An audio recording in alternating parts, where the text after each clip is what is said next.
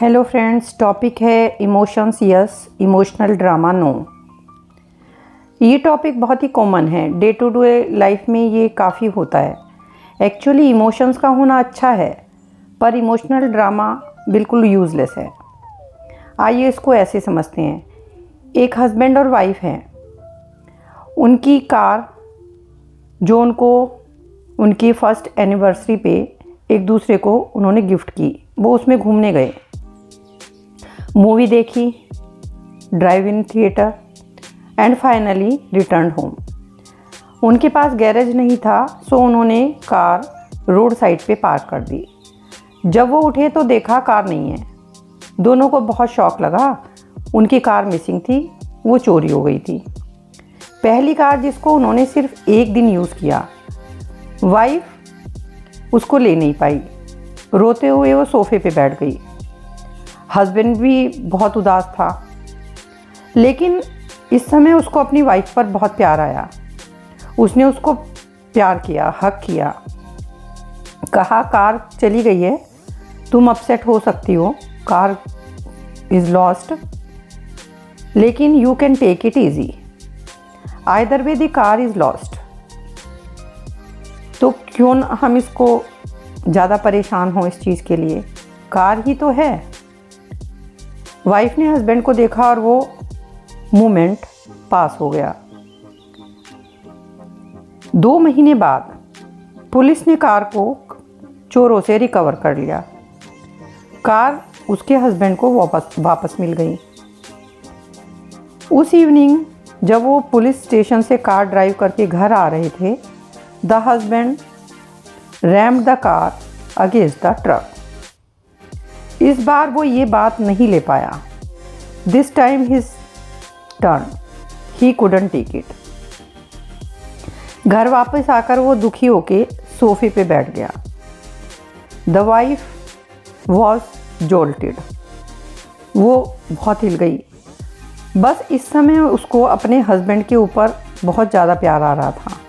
वो उसको हक करती है और कहती है कि कार ही तो रैम्ड हुई है, आप अपसेट हो सकते हो, लेकिन इस बात को इजी भी तो ले सकते हो। Either way car is rammed, तो why not take it easy. एक लॉजिकल क्वेश्चन है, जब कार डैमेज हो गई या लॉस्ट हो गई तो कोई इजी कैसे लाई। लेकिन और आप कर भी क्या सकते हो, फील अपसेट, यदि आप चाहें तो अपसेट हों, या टेक इट इजी, आप चाहें तो इजी भी ले सकते हैं। क्योंकि इमोशनल ड्रामा के बाद भी तो क्या होगा, what has to be done has to be done. जो करना होता है वही करते हैं।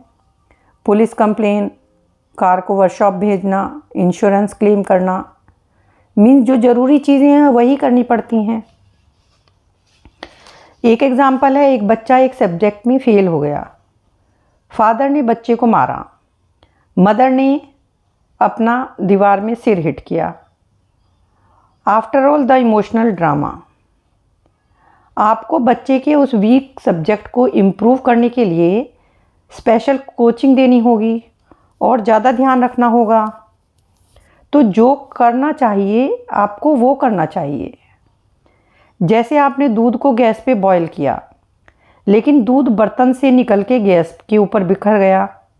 आप चिल्लाओ, शाउट करो, टेंस हो, बीपी शूट अप हो, इस सारे इमोशनल ड्रामा के बाद भी आपको किचन का काउंटर तो साफ करना ही है।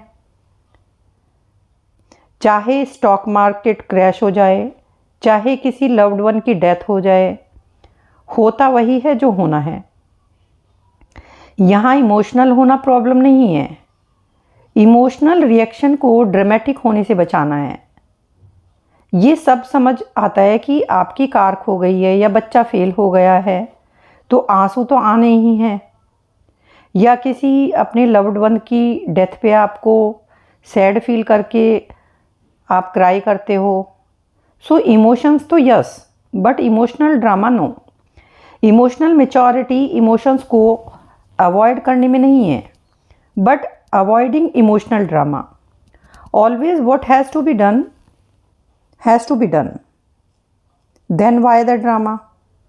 आप कितनी बार दीवार से सिर टकरा सकते हैं, ब्लड ही निकलेगा, वॉल तो ओपन अप कभी होगी नहीं आपके लिए। आप कितना भी भाग्य को दोष दो, एक मैंगो ट्री से ऑरेंज तो गिरने वाला नहीं है। वेट करते रहिए, एक भी ऑरेंज नहीं गिरेगा। What is not is not. Genius is in knowing what to hold on and when to let go।